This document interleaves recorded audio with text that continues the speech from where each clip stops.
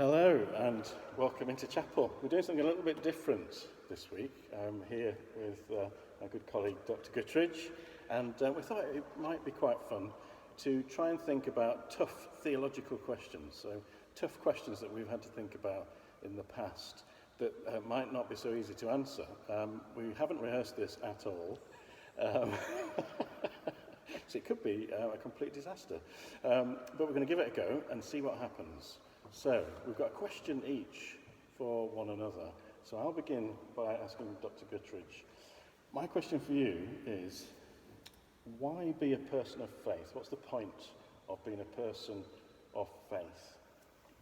And I think that's a really good and also a very difficult question. So my answer to that is probably that, to me, being a person of faith means being a person of questioning mindset. And being a person who is open. And for me, they're really important qualities to being happy, to feeling like you have belonging in the world. So to have an attitude where you're wondering why, you're wondering how, you're wondering what for, what's the purpose. And having that kind of mind opens you up to faith, and it opens you up to possibilities. And it opens you up to joining with other things in the world, other elements of existence that aren't solely material. And for me, that is a real benefit to being a person, to being open to all of those possibilities. Great, thank you. What did you think of his answer then? I thought that was pretty good.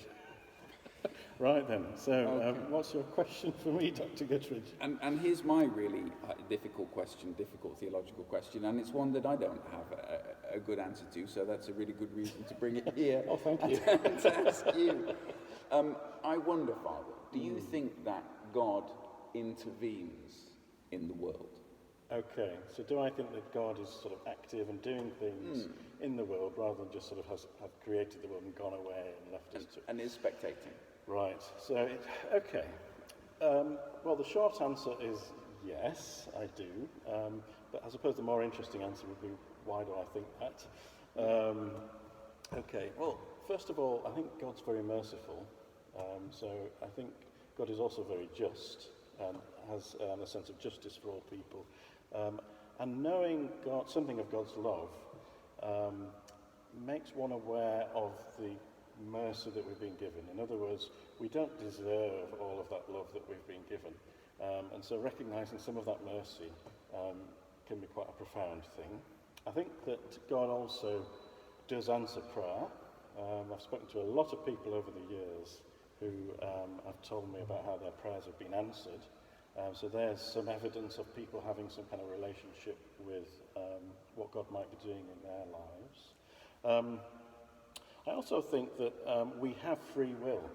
So God has given us the choice to do our own thing.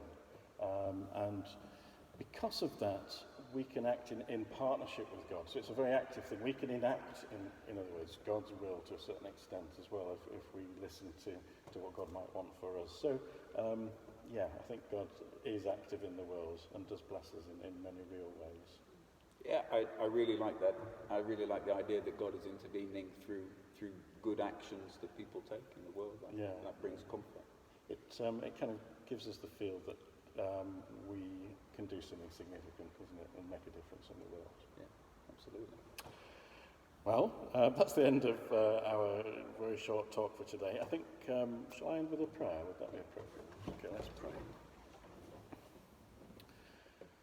God of life, we thank you that you are with us in so many ways. We thank you for people of faith throughout the world in so many different traditions and religions.